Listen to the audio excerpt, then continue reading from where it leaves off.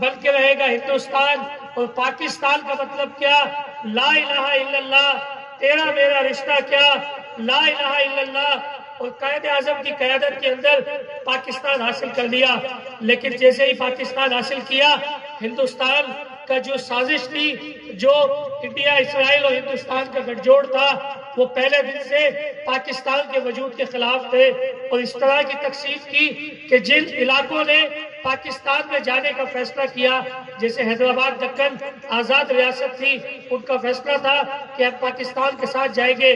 جوناگڑھ جو کہ پاکستان کے ساتھ آنا تھا، اور اس کے علاوہ کشمیر نے یہ فیصلہ کیا تھا کہ ہم پاکستان کے ساتھ شامل ہوں گے، اور وہ شامل ہو گئے تھے، لیکن راتوں رات بھارت نے انڈین آرمی کو کشمیر کے اندر اتار دیا اور وہاں پر قبضہ کر لیا۔ پھر پاکستان کے اس وقت کے گورنر جنرل قائد اعظم محمد علی جناح نے آرمی چیف جنرل گریسی کو کہا کہ آپ جائیں اور اپنی فوجیں کشمیر میں اتاریں اور کشمیر کو آزاد کروائیں، لیکن جنرل گریسی نے کہا کہ میں تاج برطانیہ کا ملازم ہوں، میں آپ کا ملازم نہیں ہوں، میں آپ کے کہنے پر فوجیں نہیں اتاروں گا۔ پھر قائد اعظم نے بلوچ غیور قبائلیوں کو اپیل کی، پختونوں کو اپیل کی، مجاہدین کو اپیل کی کہ آپ جائیں اور کشمیر کو آزاد کرائیں۔ معاہدے کے مطابق کشمیر پاکستان کا حصہ ہے۔ پھر وہ غیرت مند مجاہدین کشمیر میں پہنچے اور وہاں پر بھرپور جنگ کر کے کشمیر کے زیادہ تر علاقے پر قبضہ کر کے اس کو آزاد کرایا، اور پھر ہمیشہ کی طرح نہرو روتا ہوا اقوام متحدہ میں پہنچا کہ اس جنگ کو بند کرایا جائے، اور ہم جو ہے واپس وہی فیصلہ کرتے ہیں، ہم کشمیریوں کو پاکستان کے ساتھ الحاق کی اجازت دیں گے۔ اور پھر اقوام متحدہ نے 75 سال پہلے ایک قرارداد منظور کی۔ اس قرارداد کے اندر یہ لکھا ہوا ہے کہ کشمیریوں کو حق خود ارادیت دیا جائے گا، ان کی مرضی ہے وہ پاکستان کے ساتھ جانا چاہے، ان کی مرضی ہے وہ ہندوستان کے ساتھ جانا چاہے، یا وہ علیحدہ کشمیر وطن کی صورت میں رہنا چاہے۔ یہ ووٹنگ کا حق ان کو حاصل ہوگا اور ہندوستان یہ ووٹنگ کروائے گا۔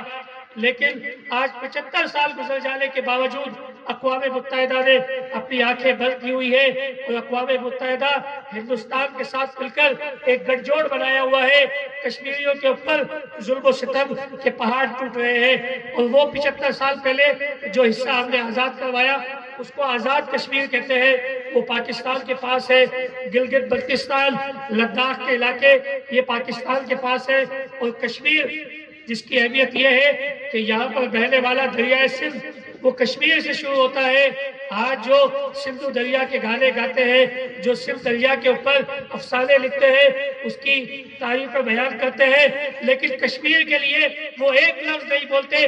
وہ کشمیر کے جہاں سے دریائے سندھ کا آغاز ہوتا ہے، جب کشمیر بھارت کے قبضے میں چلا جائے گا تو یہ دریائے سندھ کا پانی بھی بند ہو جائے گا۔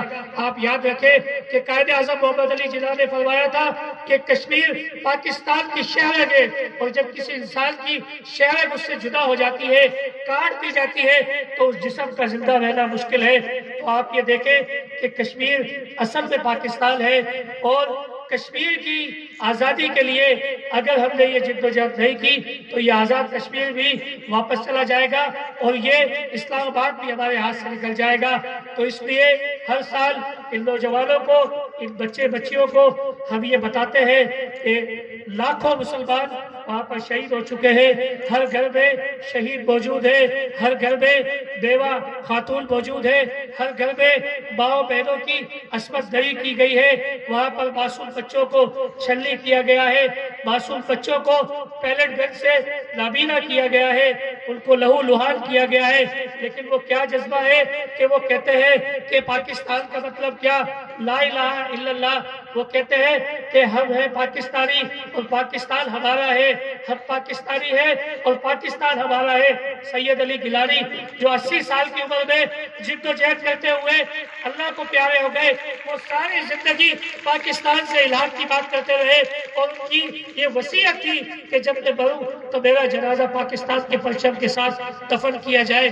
آج ہمارے حکمران بے اسی کی چادر اوڑھ کے پڑے ہوئے ہیں۔ 75 سال میں کئی حکومتیں تبدیل ہوئی لیکن کشمیر کے اوپر کوئی پالیسی نظر نہیں آتی۔ کشمیر ہمیشہ پیچھے دھکیلا جا رہا ہے۔ کسی دور کے اندر یہ ہوا کہ ہم 10 منٹ کے لیے ہر جمعے احتجاج کریں گے، بس یہ کشمیر کی آزادی ہو گئی۔ ہر سال ایک ہم نیا کشمیر کا ترانہ لے آتے، بس اس سے کشمیر آزاد ہو جائے گا۔ کشمیر اس سے آزاد نہیں ہوگا۔ قائد اعظم محمد علی جناح کے فرمان کے مطابق کشمیر جد و جہد آزادی جہاد فی سبیل اللہ سے آزاد ہوگا، اور کوئی راستہ نہیں ہے کشمیر کو آزاد کرانے کا۔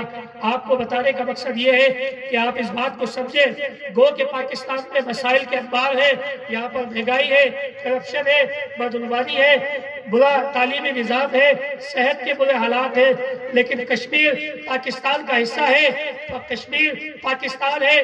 جب تک کشمیر پاکستان کے ساتھ نہیں ملے گا، پاکستان کی تکمیل مکمل نہیں ہوگی۔ آپ کو اپنے اشعار کے ذریعے، اپنی تقاریر کے ذریعے، اپنے خیالات کے ذریعے کشمیری مسلمانوں کے ساتھ یکجہتی کرنی ہے، ان کو خراج تحسین پیش کرنا ہے۔ آج کے دن کا یہ مقصد، میں مبارکباد پیش کرتا ہوں پرنسپل صاحبہ کو، ان کے گھر میں ان کے سسر بیمار ہیں، اس کے باوجود بھی یہ ٹائم نکال کر یہاں پر موجود ہیں۔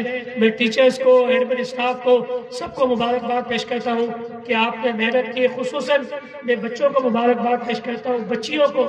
مجھے افسوس ہے کہ بچوں کی پارٹیسپیشن بالکل بھی نہیں تھی۔ بچیوں نے سارا آج کا یہ پروگرام ارینج کیا، آرگنائز کیا، اور سارا میلہ آج انہوں نے لوٹ لیا بھرپور تیاری کے ساتھ، بہترین جد و جہد کے ساتھ۔ اور آپ کو مبارکباد، آپ کامیاب ہو، اور اسی طرح آپ کامیابی حاصل کرتے رہو۔ آپ لوگ بوائز بھی تھوڑا سا ان پروگرامات میں پارٹیسپیٹ کریں، کیونکہ جہاد آپ نے کرنا ہے، ان بہنوں نے آپ کے لیے دعائیں کرنی ہے، لیکن لگتا یہ ہے کہ آپ گھر بیٹھے رہیں گے، یہ بارڈر پہ موجود ہوں گی۔ آپ نے ہمت کرنی ہے، جد و جہد کرنی ہے، سستی ختم کریں۔ اور ہونا تو یہ چاہیے تھا کہ آج آپ کو یہاں پر آ کے تقاریر کرنی تھی، لیکن کوئی بات نہیں۔ اگلا پروگرام 23 مارچ کو یوم پاکستان کے حوالے سے ہوگا، اس پہ بوائز کی بھرپور پرفارمنس ہونی چاہیے، ان کی تقاریر ہونی چاہیے۔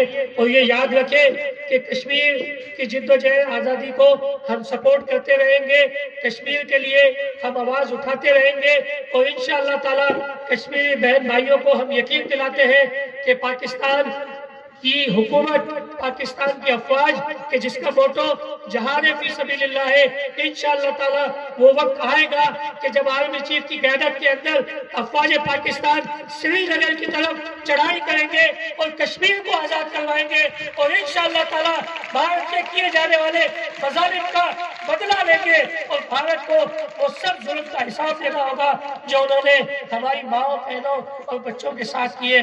آپ دیکھیں وہاں کے معصوم بچے پتھر کے ساتھ گن کا مقابلہ کرتے ہیں، ہم سلام پیش کرتے ہیں ان کے جذبہ جہاد کو۔